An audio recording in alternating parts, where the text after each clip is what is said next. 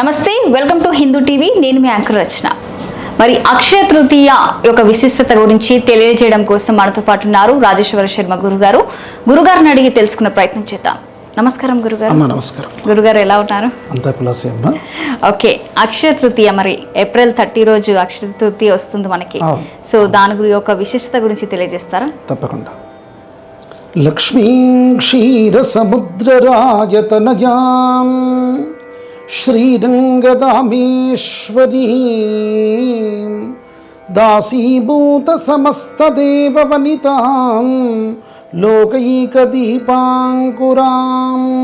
శ్రీమన్మందకటాక్షలబ్ధ విభవద్బ్రహ్మేంద్ర గంగాధరాం త్వాం త్రైలోక్యకుటుంబినీం సరసిజాం వందే ముకుంద ప్రియాం.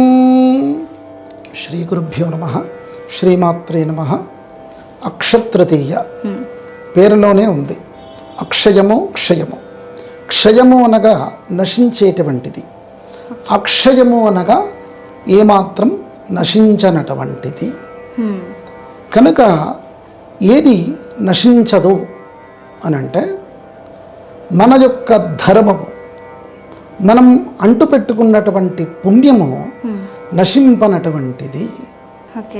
ఏది నశించేటువంటిది? భార్య, పిల్లలు, బంధు మిత్రులు, మనము అనుకుంటున్నటువంటి ఆస్తిపాస్తులు ఏవైతే అవన్నీ ఉన్నాయో సంపూర్ణంగా నశించేటువంటి అంశాలు. మాంసనేత్రాలకు కనబడేటువంటివన్నీ కూడా క్షయమయ్యేటువంటివే అనేటువంటి అర్థాన్ని ఇస్తూ ఉంటుంది.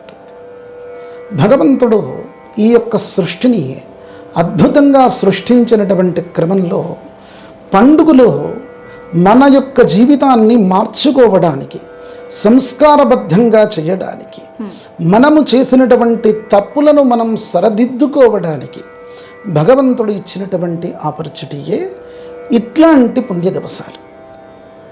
జన్మాంతరపూరితమైనటువంటి పాపకృత్యాలు ఏవైతే ఉన్నాయో, ఒక జాతకం చూసి ఆ జాతకంలో అతీతమైనటువంటి దోషం ఉంది, అట్లాంటి దోషాలు ఏవైతే ఉన్నాయో అవి పోవడము చాలా కష్టము, అసాధ్యమైనటువంటి అంశము అనేటువంటి విధంగా ఏదైతే అంతటి దోషపూరితమైన అంశాలు ఉన్నాయో అట్లాంటి వాటికి కూడా భగవంతుడు కొన్ని చాయిసెస్ ఇచ్చారు.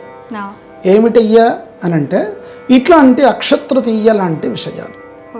మనకు జన్మరాహిత్యమైనటువంటి విషయాల్లో మనం చేసేటువంటి పాపాలు ఏవైతే పూర్వజన్మలో చేశామో అవి నివృత్తి చేసుకోవడానికి, మనకే కాకుండా మన యొక్క పితృదేవతల యొక్క పుణ్యలోక ప్రాప్తి కోసము కూడా ఈ యొక్క అక్షతృతీయ ఉపయోగపడుతుంది.